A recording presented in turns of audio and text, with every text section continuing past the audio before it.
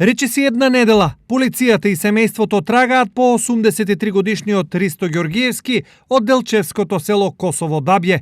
Тој како исчезнат се води од 22 септември, кога последен пат е виден и од тогаш му се губи секаква трага. Татко ми исчезна. Во среда околу 11 часот е виден последен пат на стариот пат за село Бигла.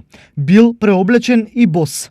Јас последен пат бев за селото во понеделник и вторник и од тогаш го немам видено. Вели Душко Ѓоргиев, син на исчезнатиот. Здравствената состојба на исчезнатиот Ристо Ѓоргиевски била добра. Како што додава неговиот син Душко, тој често знаел да се симне во градот и потоа пак да се врати во селото.